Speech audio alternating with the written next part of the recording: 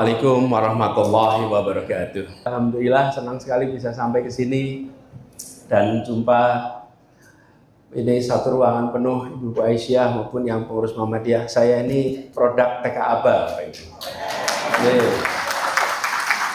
Yang bisa nyebut Aba cuman yang di Muhammadiyah ya. Saya ini produk Aba. Nah, lalu datang di sini disebutnya pengajian. Nah, saya ini bukan mubalik, Bapak Ibu. Ini ada mubaliknya di sini. Saya kalau sudah ada mubalik itu sekalian, saya ini seperti tayamum, Bapak Ibu. Tayamum itu batal kalau ada air. Betul enggak ya? Jadi kalau sudah ada kiai, ada ustadz, ini saya ini batal karena itu airnya ini hanya tayamum. Jadi saya ingin berbagi saja. Saya tadi sambil jalan ke sini sambil tanya, ini yang nanti hadir itu banyaknya siapa? Dan tentu warga Muhammadiyah. Tapi kegiatan seharinya apa? Banyak pendidik, betul ya banyak. Betul ya pendidik. Jadi berapa ibu sekalian pendidik? Nah, ini tantangan pendidikan kita itu besar sekali. Kenapa besar sekali?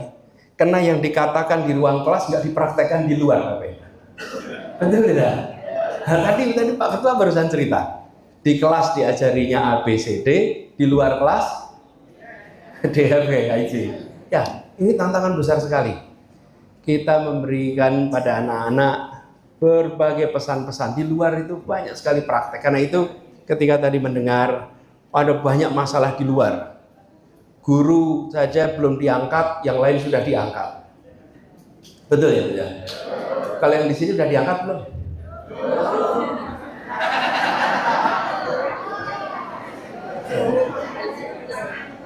Ini perjalanan. Saya usul Muhammadiyah ini usianya itu panjang.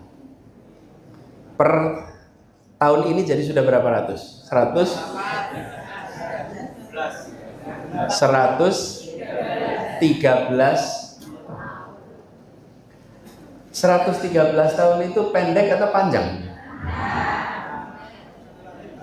Nah itu. Bapak Ibu yang di sini muda atau tua, Bapak Ibu?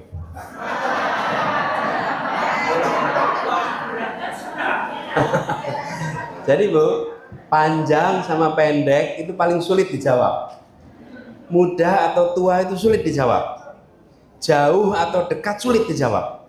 Kalau tanya berapa kilometer bisa jawab. Berapa tahun bisa jawab. Betul ya? Tapi kalau ditanya jauh atau dekat, nah itu akan jawabannya beda-beda. Muda atau tua juga beda-beda. Muhammadiyah bisa dihitung tahunnya 113 tahun. Tapi apakah ini tua atau muda?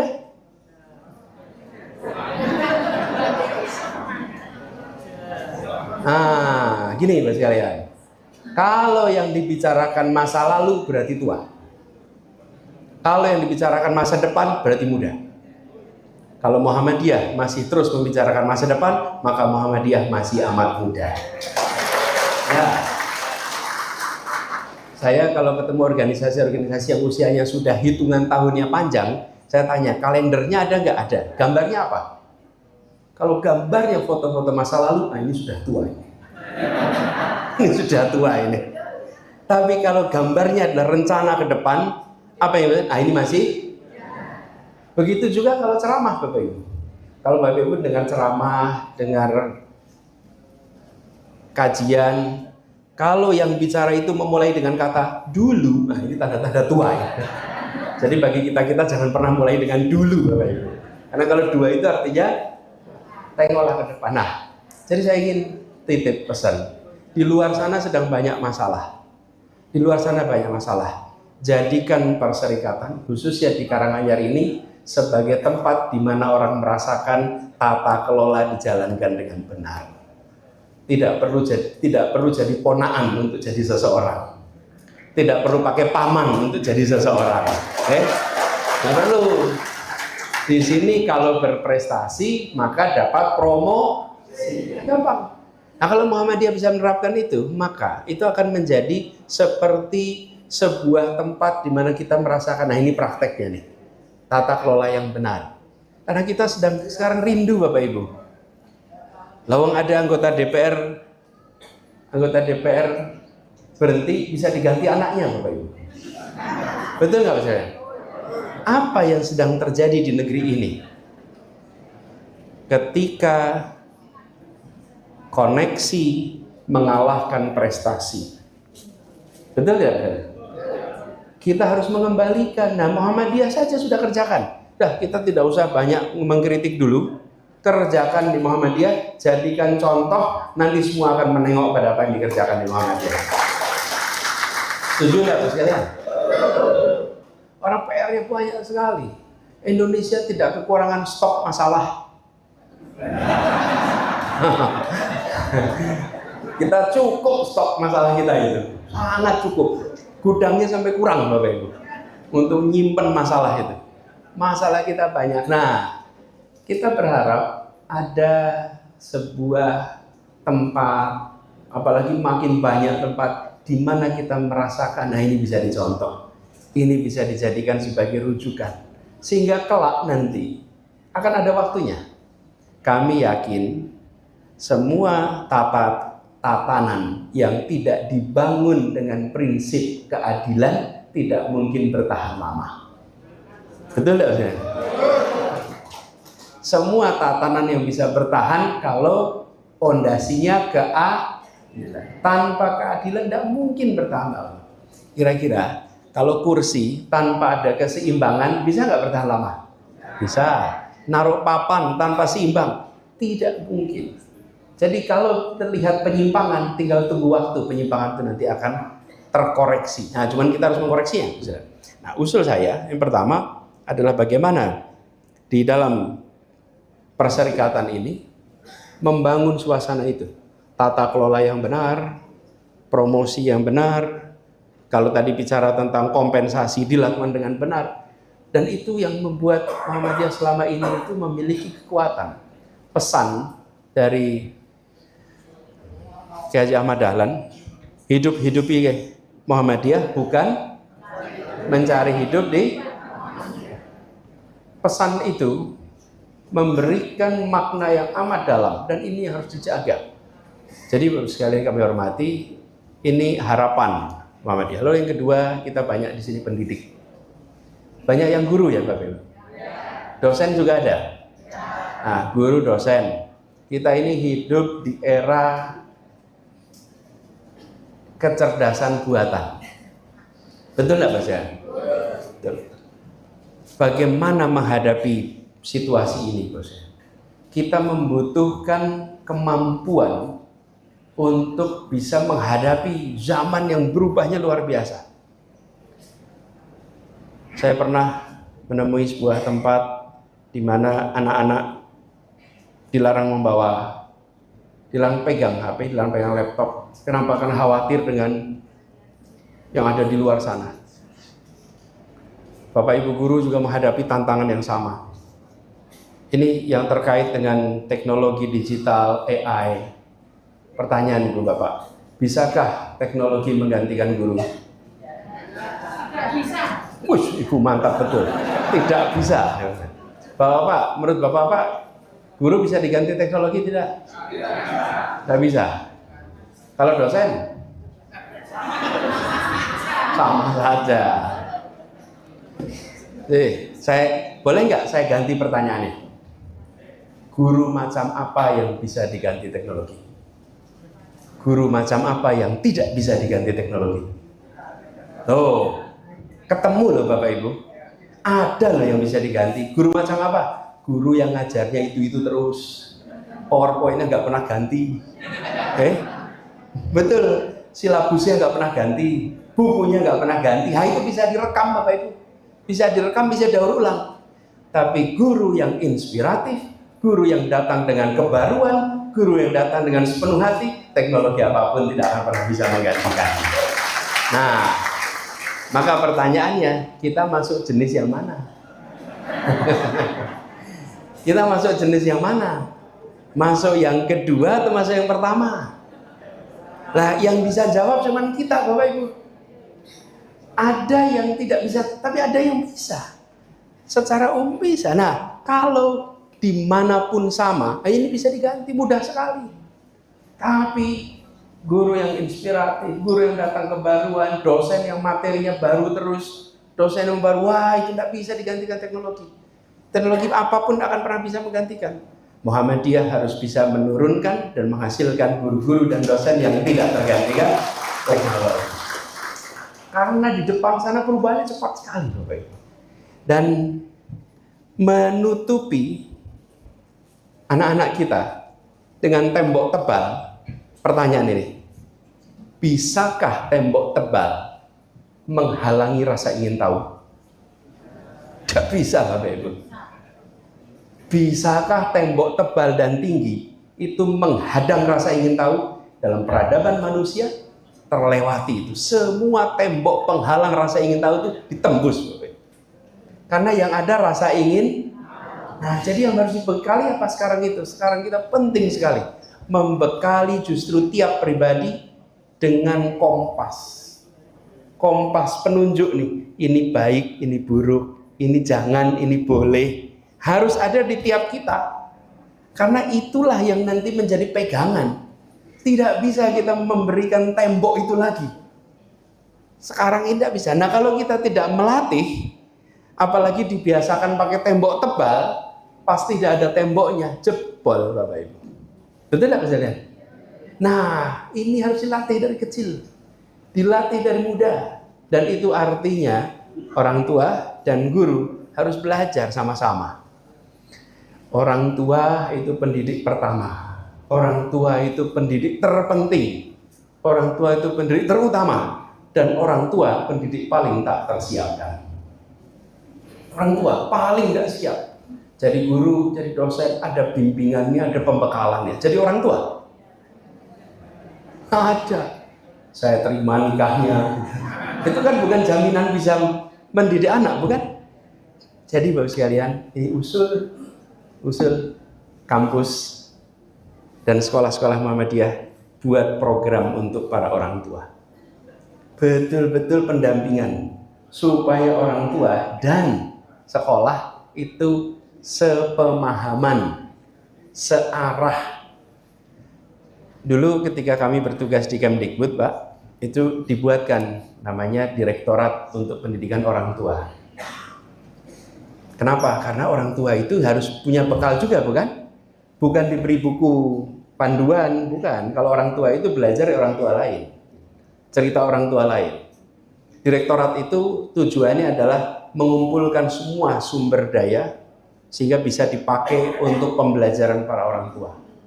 Di Singapura malah Kementerian Keluarga, supaya membekali para orang tua. Cuman ganti menteri, direktoratnya hilang. Hilang.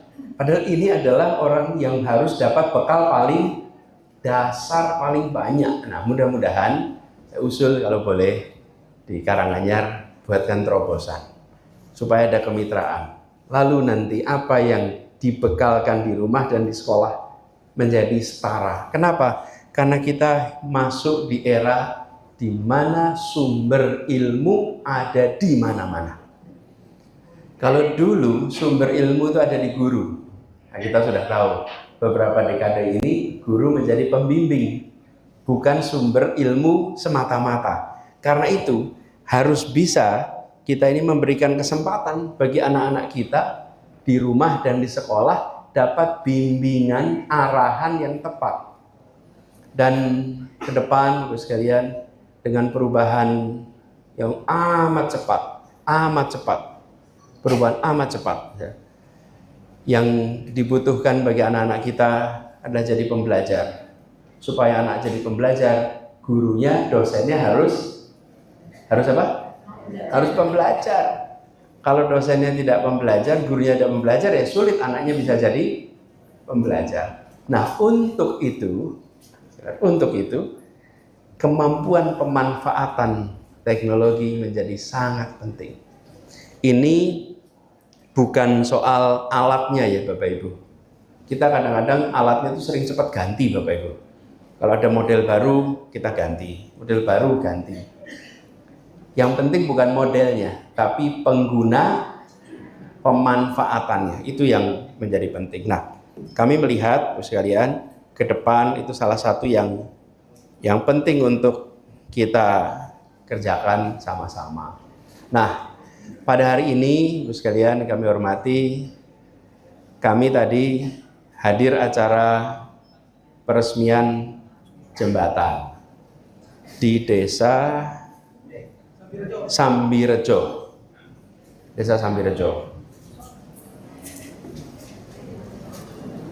Kenapa bangun jembatan, Bapak Ibu? Saya mau cerita sedikit nih, kenapa bangun jembatan. Nanti sampai ke pendidikan lagi, Bapak Ibu. Kenapa ke bangun jembatan? Jembatan itu dibangun di atas sungai. Sungai itu pembatas wilayah. Di hampir semua, termasuk tadi. Tadi itu pembatas Sambirejo dengan Bolong. Namanya Kelurahan Bolong. Beda kecamatan. Banyak tempat, beda kelurahan, beda kecamatan, beda kabupaten, bahkan ada yang beda provinsi. Akibatnya apa? Pembangunan di kecamatan ada, kecamatan ini juga ada, tapi tidak ada yang di antara kecamatan. Lah kan batas itu kan di antara, kan? Anggaran yang nggak bisa dikerjakan. Di seluruh Indonesia, ribuan desa terputus. Kenapa? Karena anggarannya tidak disiapkan untuk pembatas wilayah. Anggarannya untuk dalam Saya pernah ngalami, Bapak Ibu. Gubernur Jakarta itu anggarannya termasuk paling besar, Pak. Anggarannya paling besar. Ada sebuah kampung di Seng-Seng Sawah dekat UI. Itu warganya minta saya datang karena jembatannya itu rusak, jembatan setapak, sudah goyang-goyang, banyak lubangnya. Mereka bilangnya itu jembatan Indiana Jones. Bapak Ibu tahu ya film zaman dulu itu. Pak, itu jembatan Indiana Jones. Saya datang ke sana. Lalu ketika datang sama Kepala Dinas Bina Marga, saya tanya, Pak, ini kalau dibangun berapa kira-kira? Ya sekitar 400 juta. Anggaran Bina Marga berapa? Anggaran di tempat kita itu sekitar 3 triliun. Jadi Bina Marga anggaran 3 triliun, bangun jembatan 400 juta. Bisa nggak? Nggak bisa. Loh, kok nggak bisa? Di sini Jakarta, di sana Jawa Barat, Pak. Jadi kami tidak boleh bangun di wilayah Jawa, tidak boleh. Yang boleh bangun pemerintah pusat. Nah, pemerintah pusat kalau mau bangun, milihnya jembatan untuk mobil yang besar-besar, bukan jembatan antar kampung. Apa yang terjadi? Di ibu kota pun masalahnya sama. Jadi, gubernur yang anggarannya 80 triliun itu terpaksa mencari CSR untuk bangun 400 juta. Karena tidak ada anggarannya. Ini Bapak Ibu sekalian yang kita hadapi di negeri ini, Bos ya. Apa sih Bos sekalian? Kita terbiasa mendidik bukan untuk menyelesaikan masalah, tapi mendidik untuk menerapkan ilmu, Bapak Ibu. Beda ya. Mendidik untuk menerapkan ilmu, bukan mendidik untuk menyelesaikan. Banyak sekali urusan di negeri ini. Yang penting melaksanakan aturan, bukan menyelesaikan masalah. Kenapa itu langgeng? Karena dari sekolahan, dari pendidikan tinggi, kita dididiknya untuk menerapkan ilmu. Nah, ketika di lapangan adanya aturan, ya sudah aturannya diterapkan. Masalah selesai apa tidak nggak penting. Saya ingin kembalikan sini nih. Nah, ini dunia pendidikan nih. Mohon di sini bantu supaya anak-anak itu dilatih untuk menyelesaikan masalah. Ini yang disebut sebagai pembelajaran abad 21, 4K. Ibu-ibu hafal kan 4K? Apa aja 4K? Halo? Apa 4K? Kreativitas, kemampuan berpikir kritis. Jadi kritis, kreatif, apalagi kolaboratif, kerjasama, sama komunikasi. Ini 4 ini. Kita ini kerjasama itu termasuk paling sulit, Pak. Termasuk paling sulit. Bapak Ibu ingat nggak kita menang Olimpiade, Bapak Ibu? Dapat emas di Olimpiade. Ada ya, ada guru olahraga di sini. Kita menang Olimpiade, bidangnya apa Bapak Ibu? Angkat besi, apalagi? Apa? Panjat tebing. Enggak, yang dapat emas Olimpiade.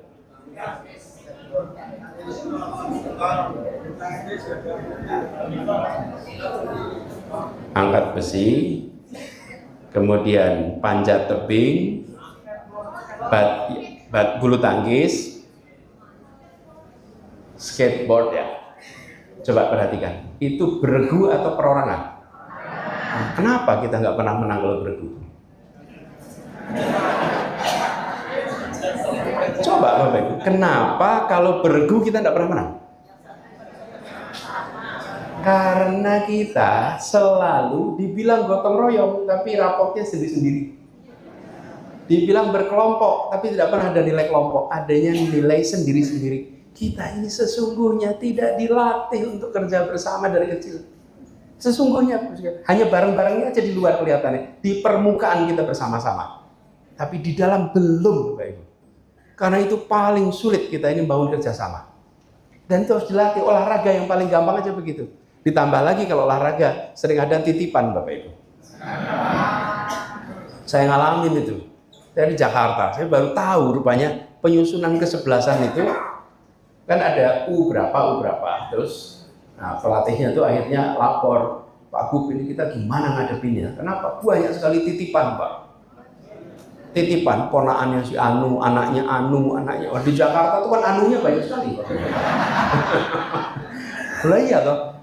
Anu banyak sekali, misalnya. Karena petinggi-petingginya tuh saat Jakarta tuh banyak betul orang yang merasa tinggi gitu, Bapak Ibu. Jadi saya bilang, wah repot. Saya tanya kebiasaannya gimana? Ya dibagi, Pak. 7 seleksi, 4 titipan. Jadi namanya kesebelah. Nah tapi coba Bapak Ibu lihat. Pernah nggak dengar anak kita menang Olimpiade Fisika? Ya. Olimpiade Matematika? Ya. Karena nggak ada yang berani titip, Bapak Ibu. Ada yang mau titip Olimpiade Fisika? Nggak ada. Betul nggak bilang? Panjat tebing mau titip? Nggak bisa. Badminton mau titip? Nanti malah badmintonnya gitu mainnya. Betul nggak saudara? Kalau berkelompok bisa nggak titip? Nah itu masalah kita. Kita kompromi pada meritokrasi. Kita kompromi pada prestasi. Nah, jadi kolaborasi kelihatannya kecil. Itu penting sekali. Karena itu saya titip nih, kalau boleh sekolah selama dia dibangun kolaborasi. Karena sekolah-sekolah kita ini harus bangun kolaborasi dari sekarang. Bapak Ibu semua yang saya hormati, anak-anak kita anak abad 21. Betul tidak? Betul nggak abad 21? Gurunya abad berapa? Gurunya abad berapa? Gurunya abad 20. Oke, sekolahnya abad berapa? 19. Jadi kalau masuk ke sekolah itu, anaknya abad 21, gurunya abad 20. Iya, ngatur ruang kelas itu sama ketika 1900 dulu, Bapak Ibu. Sama sampai sekarang. Bapak Ibu lihat di banyak tempat sekarang. Saya pernah datang ke sebuah tempat, kira-kira seperti ini, Bu, ruangannya, ukurannya.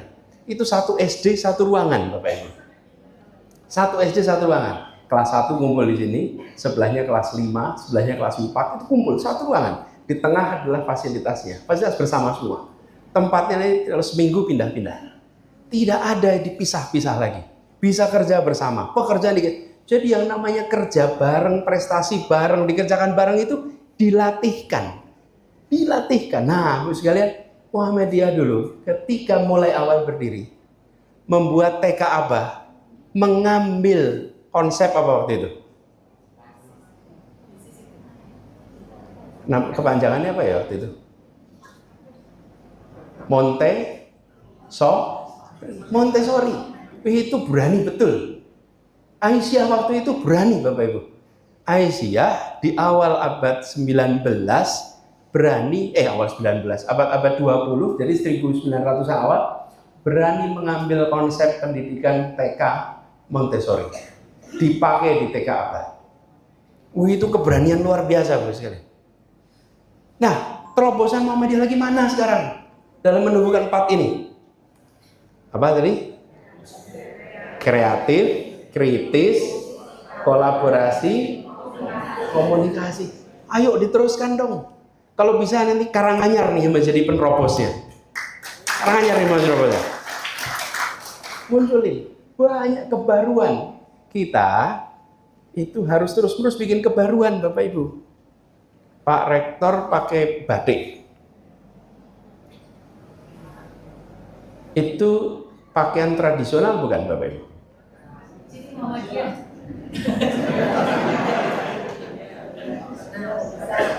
Betul nggak? Betul. Boleh nggak kalau saya bilang itu adalah pelanggaran? Bapak Ibu, nih, yang namanya kain batik itu dipakainya untuk jadi sarung, jarit, Bapak Ibu. Tidak ada kain batik dipakai kemeja, Bapak Ibu. Oke? Yang namanya laki-laki itu pakainya polos, paling lurik. Lalu satu ketika ada laki-laki yang melanggar pakem, Bapak Ibu. Kain yang biasa dipakai untuk jarit itu dipakai buat kemeja. Itu pelanggaran pakem. Cuman pelanggarannya diikuti banyak orang. Betul nggak? Sampai akhirnya kita pakai baju batik tidak merasa melanggar lagi.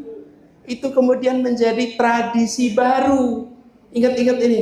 Setiap tradisi dulunya inovasi. Ingat-ingat. Setiap tradisi dulunya inovasi. Lah kita ini sesudah punya tradisi mandek, Bapak Ibu. Tidak melakukan inovasi. Lah kalau nggak melakukan inovasi nggak ada kemajuan lagi. Muhammadiyah dulu hadir, lahir dan menghasilkan inovasi pendidikan, inovasi pelayanan kesehatan. Terobosannya diteruskan inovasinya di bidang pendidikan. Nah, memang kadang-kadang inovasi itu ada pelanggarannya. Bapak Ibu bayangkan jadi laki-laki pertama yang pakai kemeja sebagai baju, Bapak Ibu. Kemeja, batik sebagai kemeja. Kira-kira seperti apa ditengok orang, Bapak Ibu? Aneh, betul nggak Mas? Nah sekarang baju seragamnya Muhammadiyah batik semuanya. Betul nggak Mas? Ini contoh bagaimana dalam tanda kutip pelanggaran itu dibutuhkan untuk terjadi perubahan. Cuman bukan pelanggaran yang asal melanggar. Pelanggaran dalam tanda kutip. Saya nggak pakai pelanggaran tanpa tanda kutip, karena pelanggaran tanda kutip nanti saya dia ngajari pelanggaran. Nah, ini misalnya pendidikan. Jadi yang sangat penting soal kolaborasi, soal lalu komunikasi itu beda dengan berekspresi. Berekspresi yang penting terungkap. Komunikasi adalah kemampuan untuk interaksi. Lalu kemampuan berpikir kritis. Bapak sekalian, ini kemampuan berpikir kritis ini umat kita paling menghadapi persoalan paling besar. Umat Islam salah satu kelemahannya adalah kemampuan berpikir kritis. Padahal dulu nih, ketika kita memiliki ilmuwan-ilmuwan hebat, semuanya dimulai dari kemampuan berpikir kritis. Semuanya. Bapak Ibu sebut saja. Apakah namanya Ibnu Sina? Apakah namanya